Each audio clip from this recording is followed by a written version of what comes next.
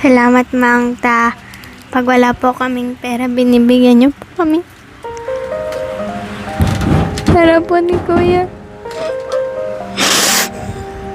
Pag wala po.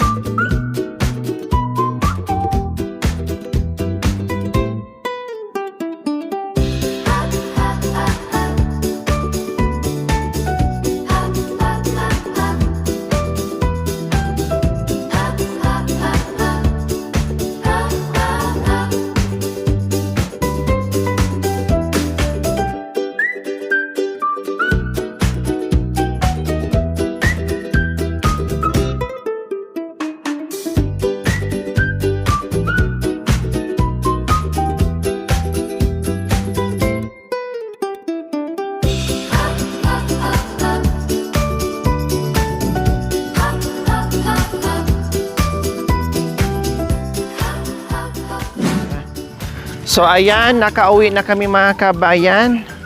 Bago tayo ulanin.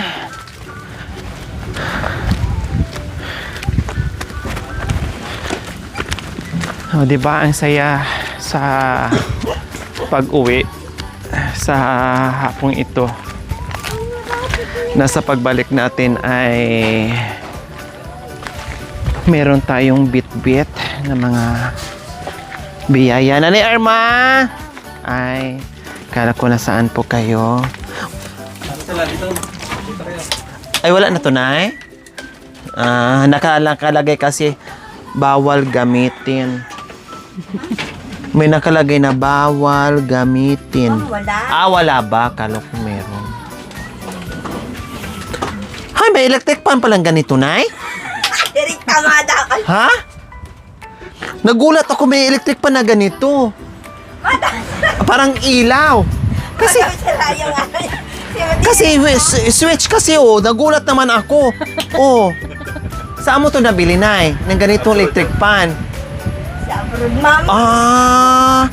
Ano pala to? Imported. Ganito pala ang galing sa ibang bansa, mga kabayan. Please, padalhan nyo naman ako ng electric pan na ganito, di ba? Wala nang 1, 2, 3. Basta isang pindot na lang ganyan, andar ka agad. Akala ko, sabi ko, nandito yung switch sa ilaw? Pag pindot ko, electric fan, hangin ang lumabas, hindi ilaw.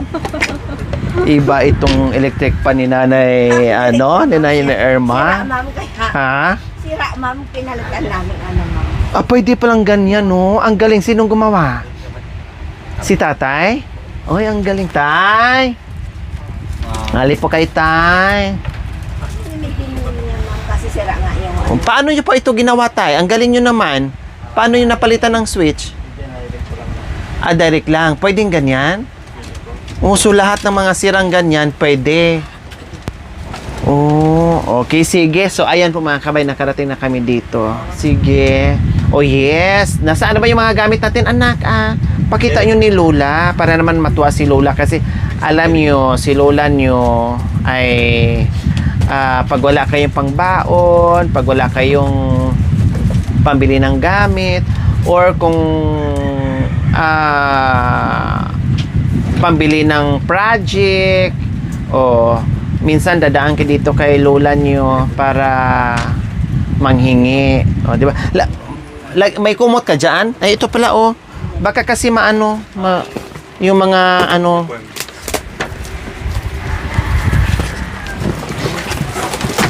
para masaya din si Lola nyo na nakikita kayo na hindi na problemahin.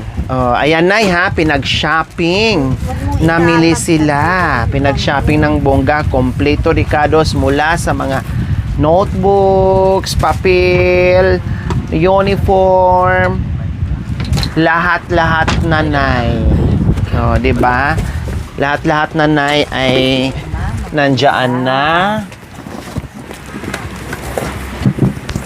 Lahat-lahat na po nay, Gemma, kompleto, Ricardos, ang kanilang mga gamit sa school. Alam ko na hindi ka na rin mag-iisip sa mga apo mo kung paano ang kanilang mga kagamitan. O, di ba? O, para na tayong nagtinda na rin dito sa bundok. Mayroong tindahan ng school supplies. O, para lalo silang sipagin, Nanay Irma, mag-aral sila na mag-aral, lalo silang sipagin kasi alam nila na kompleto na ang kanilang mga gamit. Oh, hindi na sila dadaan dito, wala kaming ganito, wala kaming ganyan. Oh, kasi meron na. Oh, ipakita natin yung mga sapatos nila, mga kabayan. Oh, diba? So, kompleto na yan mula sa panganay hanggang sa bunso.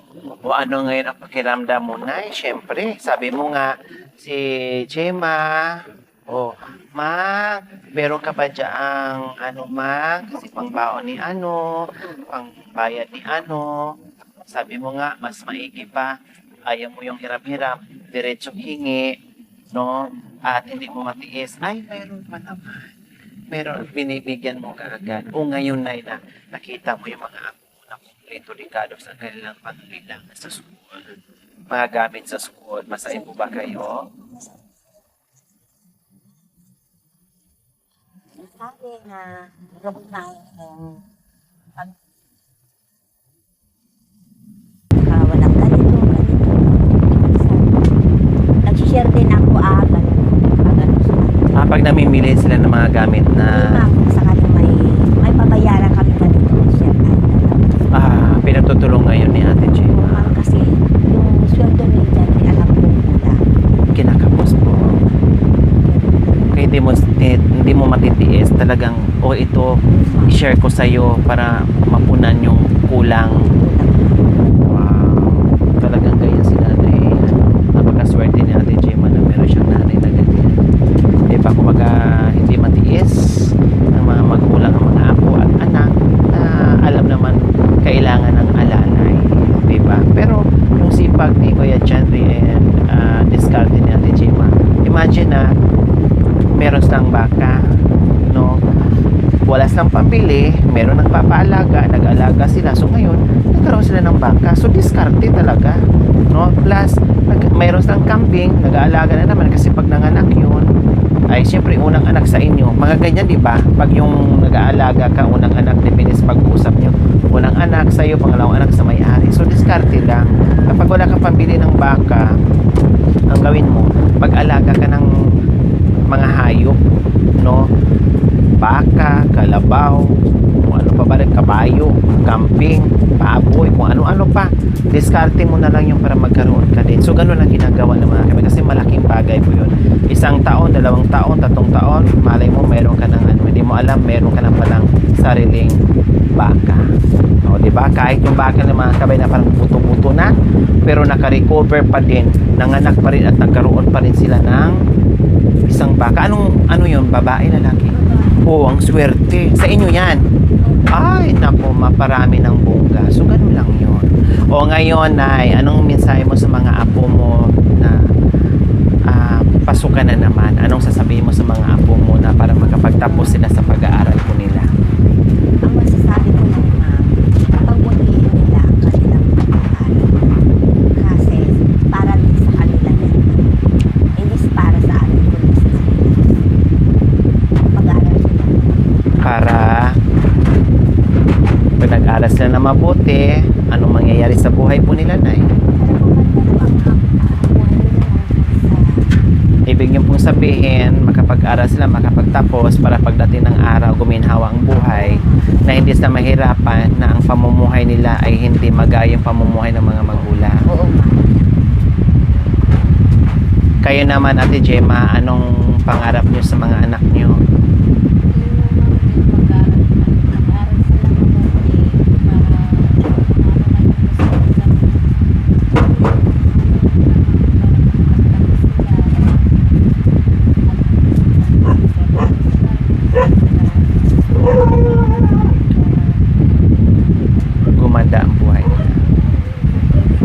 Darang, anong sabihin mo kay kay lola mo na minsan nandiyan palagi, hindi lang minsan, na nandiyan palagi nakasuporta sa pag-aaral mo. Anong sabihin mo kay lola? Magpasalamat ka ni lola. Salamat, Mang Ta. Pag wala po kaming pera, binibigyan niyo po kami. Tara po ni Kuya. Pag wala po kaming baon, binibigyan niyo po kami. Maraming salamat, Mang. Mahal na mahal po namin kayo. Diba? Kuya, anong masasabi mo ni lola mo? Maraming salamat po, Mang, sa araw-araw na pag wala po kaming baon, binibigyan niyo po kami. Salamat po sa lahat, Mang. Yan lang po. Kay mama na rin kay mama at papa. Salamat din po kay Mama at Papa dahil hindi po nila kami pinapabayaan na at natutustusan po nila ang aming pangangailangan sa pang-araw-araw. Kay Dara, mama at saka kay papa dang. Kay Mama. Kay mama mo at saka kay dang. Maraming salamat din, Ma, Pa, dahil di niyo po kami pinabayaan ng mga kapatid ko po at kahit gaano pong kahirap tayo pinagpatuloy niyo po yung aming mga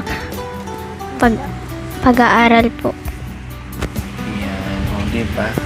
So, syempre mga kabayan, dahil hindi ako naiyak tuloy. Dahil kahit anong hirap ng buhay ay tinataguyod sila ng mga magulang nila, tapos nandyan din yung lola nila na nakaalala, at yung mga bata ay masipag naman din mag-aral. Kaya sabi ko, lalo kayong sipagin sa pag-aaral ngayon kasi hindi nyo na problemahin ang mga bagay-bagay, no? Nandyan na lahat. Ang problemahin na lang ni Papa ni Mama ay yung baon at pagkain sa araw-araw, at masipag naman yung tatay at nandyan si nanay palagi nakaalalay sa kanila. Kaya sobrang laking tulong. Alam yung mga kabayan, ito nakamagkano tayo ate? 8,000 plus ito lang, grabe. Wala na talaga ngayong mura, nanay Nanay Irma. Wala, as in 8 plus. Tapos ang pinadala ng ating mapagmahal and very generous sponsor po mga kabayan ni si Ma'am Jennifer Paraiso Igli from Moyoc, North Carolina, USA ay 12,000 sarado. So naka 8,200 plus tayo, almost 8,300. And then pina-experience ko sa kanila kanina yung hindi pa nila na-experience mga kabayan na bago magpasukan na kahit paano ay maranasan po nila, kasi nandito tayo dati natitiis na basta makabili lang silang bigas, okay na, no problem. So siyempre nandito tayo na kahit paano ay mabigay ng ating mga sponsors mga kabayan, kaya nilubos-lubos ko na, no? Kaya maraming salamat at may sobra doon mga kabayan.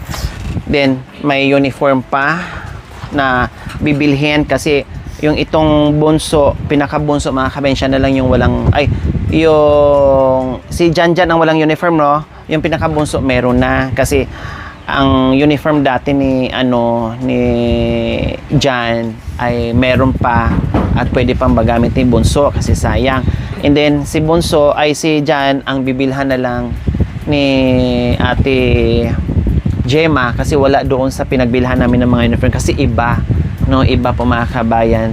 Ngayon itong dalawa ay okay na, tagdadalawa sila mga kabayan, pair, para 2 pairs mga kabayan bawat isa sa kanila, para hindi yung para bang wash and wear ang hirap noon. At least may kapalitan just in case na siyempre tag-ulan na, so merong kapalitan mga kabayan.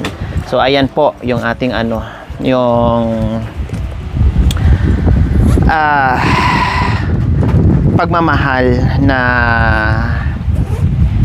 binigay ng ating mga mapagmahal na sponsors. At ito din po si Ma'am Jennifer, siya din po yung ano natin na sponsor sa sa sliding windows ni Ate Gemma.